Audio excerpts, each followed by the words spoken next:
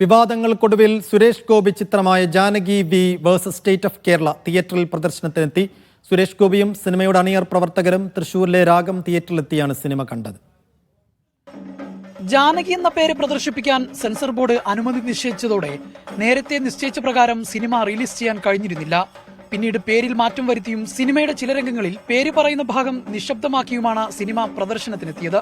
തൃശൂരിലെ രാഗം തിയേറ്ററിലെത്തിയാണ് സുരേഷ് ഗോപിയും അണിയറ പ്രവർത്തകരും സിനിമ കണ്ടത്. ഈ സിനിമ വലിയൊരു വിഷയമാണ് ഉയർത്തുന്നതെന്നും അതിനെ വിവാദമുണ്ടാക്കി വഴിതിരിച്ചുവിടാൻ പാടില്ലെന്നും സുരേഷ് ഗോപി പറഞ്ഞു. വലിയൊരു വിഷയമാണ് ചർച്ച ചെയ്യുന്നത്.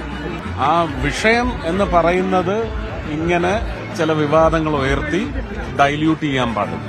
ഏറെ വിവാദങ്ങൾക്കും അനിശ്ചിതത്വത്തിനും ഒടുവിൽ കേന്ദ്രമന്ത്രി കൂടിയായ സുരേഷ് ഗോപി പ്രധാന കഥാപാത്രത്തെ അവതരിപ്പിക്കുന്ന സിനിമ തിയേറ്ററിൽ റിലീസ് ചെയ്യാൻ കഴിഞ്ഞതിന്റെ ആത്മവിശ്വാസത്തിലാണ് അണിയറ പ്രവർത്തകരും അഭിനേതാക്കളും.